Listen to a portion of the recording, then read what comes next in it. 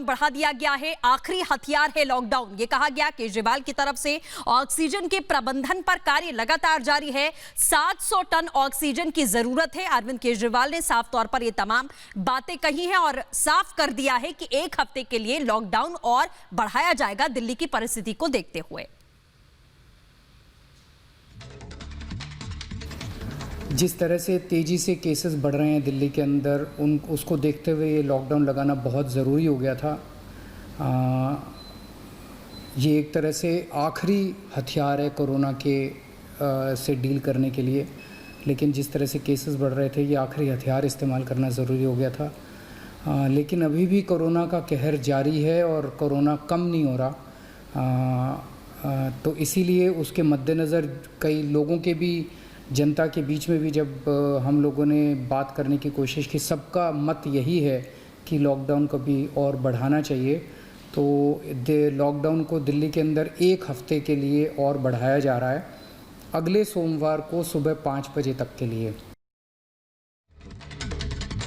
दिल्ली की इस वक्त ज़रूरत 700 टन की है और हमें केंद्र सरकार से 480 टन अलॉट हुई है।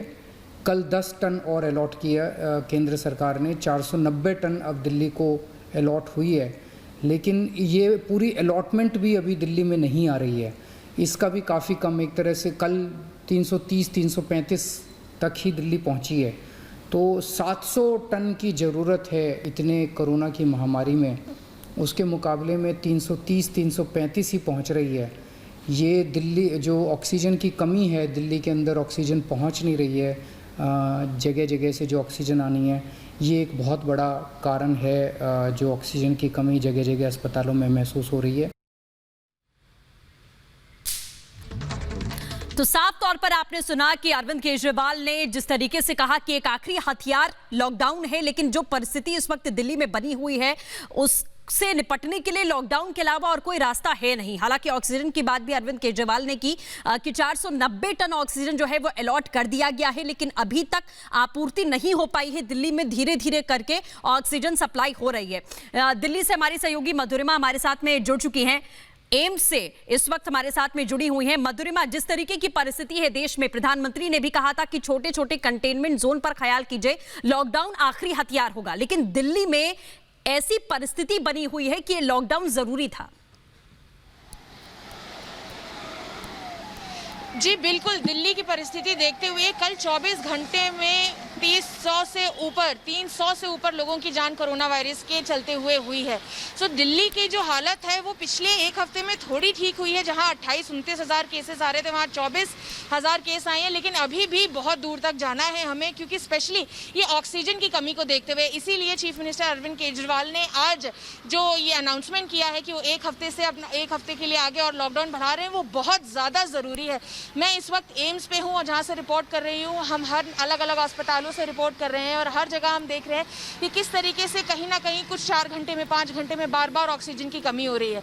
बल्कि केजरीवाल जी ने आज एक पोर्टल का अनाउंसमेंट भी किया है जिसमें कि ऑक्सीजन मैन्युफैक्चरर, जो सप्लायर होंगे और अस्पताल, ये तीनों उसी पोर्टल में एक दूसरे से हर 2 घंटे में अपडेट लेंगे कि कहाँ किधर किस चीज़ की ऑक्सीजन की ज़रूरत है, तो वहाँ जल्दी से जल्द पहुँचाया जाए। केजरीवाल जी ने सेंटर का भी धन्यवाद दिया कि उनका जो ऑक्सीजन का जो कंजम्पशन था वो 480 था पहले, जो उनको अलाउड हुआ था 10 मेट्रिक टन और बढ़ा दिया गया है।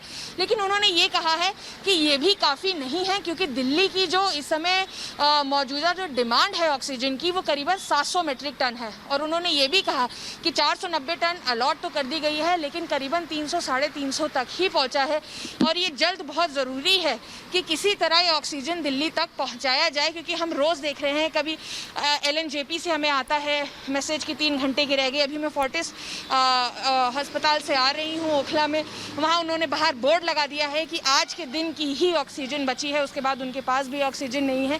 तो ये ऐसे दृश्य देखने को मिल रहा है जो इन अस्पतालों ने कभी नहीं देखा कि किस तरीके से ऑक्सीजन की कमी होगी। इसी के मद्देनज़र रखते हुए दोबारा से ये लॉकडाउन का अनाउंसमेंट केजरीवाल गवर्नर ने किया है। मैं आपको उज्जवल को कहूँगी कि वो थोड़ा सा दिखाएं, मैं एम्स के सामने हूँ। तो अभी ये लॉकडाउन की स्थिति है कि आप देख सकते हैं काफ़ी गाड़ियाँ वगैरह भी चल रही हैं यहाँ पे, पब्लिक ट्रांसपोर्ट ट्रांसपोर्ट भी चल रहा है। इसी की वजह से कंप्लीट लॉकडाउन जैसे हमने पिछले साल चंद महीनों के लिए देखा था वैसा नहीं है। अब हमें ये देखना होगा कि इस जो अभी लॉकडाउन आएगा इन 2 हफ्तों में क्या फ़र्क पड़ता है। जैसे मैंने बताया कि करीबन 4000 का अंतर आया है केसेस में, लेकिन शायद और लॉकडाउन स्ट्रिक्ट करने की ज़रूरत है, क्योंकि मैं आपको विजुअल दिखा रही हूँ। ये एम्स के सामने की रोड है और ये साउथ दिल्ली को कनेक्ट करती है और आप देख सकते हैं कि काफ़ी गाड़ियाँ हैं। ये दृश्य बहुत अलग है पिछले साल के पिछले साल। बिल्कुल मधुरिमा, देखिए जो तस्वीर आप एम्स से इस वक्त दिखा रही हैं, इससे पहले आपने फोर्टिस से वो तस्वीरें दिखाई। जाहिर है कि ऑक्सीजन की कमी हो रही है, लेकिन इंप्लीमेंटेशन की तैयारी तेजी से की जा रही है। फिलहाल हमारे साथ जुड़ने के लिए मधुरिमा आपका बहुत शुक्रिया। इसी बीच एक और बड़ी खबर आपको बता दें कि एक तरफ आप देख पा रहे हैं कि कालाबाजारी का कार्य जारी है, लगातार गिरफ्तारियां हो रही हैं, और दूसरी तरफ आपको बता दूं कि लगातार कुछ ऐसे लोग भी हैं जो लोगों के लिए इस वक्त देवदूत से कम नहीं है। रांची से इस वक्त हमारे साथ में लाइव रवि अग्रवाल जुड़ चुके हैं, जो अपने ऑटो के जरिए तमाम मरीजों की मदद कर चुके हैं। रवि, लोग लगातार आपको फोन कर रहे हैं, आपसे संपर्क कर रहे हैं, आप निस्वार्थ भाव से लोगों की मदद कर पा रहे हैं, किस तरीके से आप मदद कर रहे हैं?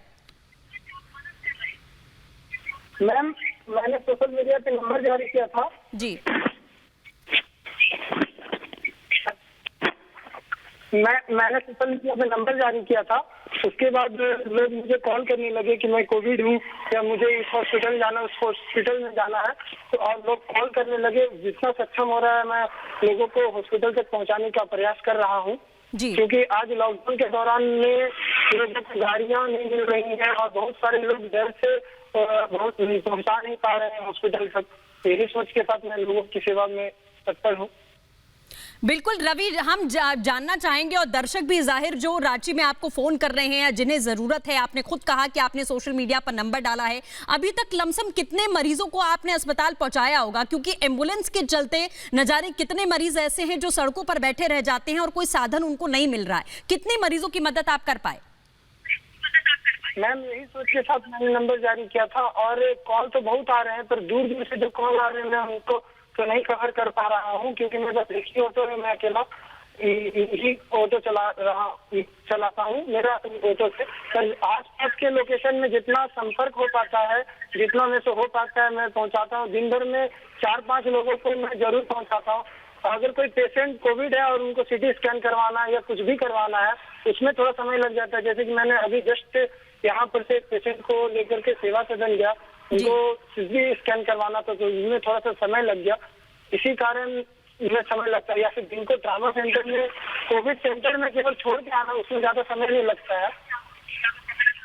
बिल्कुल रवि, जो कार्य इस वक्त आप कर रहे हैं वो लोगों के लिए आप किसी ईश्वर से कम नहीं होंगे, क्योंकि एक तरफ हम देख रहे हैं ऑक्सीजन की कमी है, अस्पताल में लोग भर्ती नहीं हो पा रहे हैं, एम्बुलेंस नहीं मिल पा रही है, कुछ लोग ऐसे हैं जो ऑक्सीजन सिलेंडर की कालाबाजारी कर रहे हैं, इंजेक्शन की कालाबाजारी कर रहे हैं, लेकिन जो काम आप कर रहे हैं उसकी सराहना जितनी की जाए उतना कम है, क्योंकि आप जैसे लोगों की वजह से ही लोगों का इंसानियत पर इस वक्त भरोसा बना हुआ है। धन्यवाद।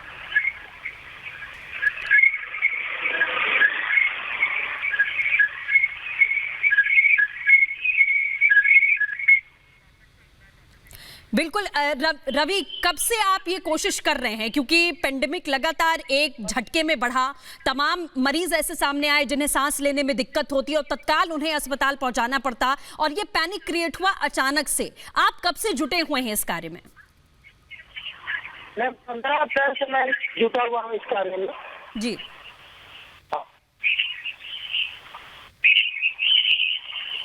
और बिल्कुल 15 अप्रैल के दोपहर में 15 तारीख से आपने बताया 15 तारीख से आप जुटे हुए हैं। रवि, एक बार फिर से आपकी बहुत सराहना, आप बहुत अच्छा काम कर रहे हैं, लोगों की मदद कर रहे हैं, खुद का भी ख्याल रखिए इसी के साथ साथ, क्योंकि पेंडेमिक है, किसी को जाहिर तौर पर इस वक्त बख्श नहीं रहा है, तो आप अपना ख्याल भी रखिए और ऐसे ही मदद करते रहिए, क्योंकि लोगों की दुआएं इस वक्त आपको भी मिल रही होंगी। फिलहाल हमारे साथ जुड़ने के लिए आपका बहुत बहुत शुक्रिया। तो एक तरफ आप लगातार देख रहे हैं कि हमें हर सिक्के के 2 पहलू होते हैं, और ये दूसरा पहलू भी है कि एक तरफ कालाबाजारी और एक तरफ तमाम ऐसे लोग हैं जो मदद करते नजर आ रहे हैं। एक नजर डालेंगे कि अस्पतालों की क्या हालात हैं। हमारे तमाम सहयोगी लगातार चप्पे चप्पे पर बने हुए हैं। अस्पतालों में क्या सिचुएशन है उसकी तस्वीरें आपको दिखा रहे हैं। एलएनजेपी अस्पताल में भी ऑक्सीजन की भारी कमी है। अखिलेश राय हमारे सहयोगी, उनकी रिपोर्ट देखिए। हम इस समय दिल्ली के लोकनायक जयप्रकाश हॉस्पिटल यानी एलएनजेपी हॉस्पिटल के सामने खड़े हैं और देखिए यहाँ जो कोविड के मरीजों की संख्या है, करीब 1000 से 1200 यहाँ पे मरीज भर्ती हैं। बड़ा अस्पताल है कोविड का। उसके बाद 500 मरीज बताया जाता है कि ऐसे हैं जिनको 24 घंटे क्रिटिकल कंडीशन में है, 24 घंटे ऑक्सीजन की ज़रूरत होती है। और जब कभी ऑक्सीजन की कमी की बात आती है तो काफ़ी यहाँ पे दहशत हो जाती है कि अगर ख़त्म हो गई ऑक्सीजन तो क्या होगा। ऐसे ही आज सुबह 1 घंटे की ऑक्सीजन बची थी और अस्पताल प्रशासन ने दिल्ली प्रशासन से संपर्क किया, सरकार के अधिकारियों से, नोडल अधिकारियों से संपर्क किया और वक्त से 1 घंटे पहले ही यहाँ पे ऑक्सीजन का एक टैंकर आ चुका है और बाकी दूसरा टैंकर आने की उम्मीद है प्रशासन को जल्द आ जाएगा। धीरे धीरे सभी हॉस्पिटलों को प्रशासन की तरफ से ऑक्सीजन टैंकर पहुंचाए जा रहे हैं, लेकिन जहां तक इस हॉस्पिटल की बात करें पूरी तरह से फुल है। बताया जा रहा है कि यहाँ एक भी बेड खाली नहीं है और आप देखिए कि यहाँ पे एम्बुलेंस लगातार आ रही हैं और जो मरीज हैं उनके तीमारदार भी यहाँ जब से वो भर्ती हैं यहाँ पे बाहर बैठे हुए हैं। तमाम अंदर जाने की मनाही है क्योंकि कोविड हॉस्पिटल है।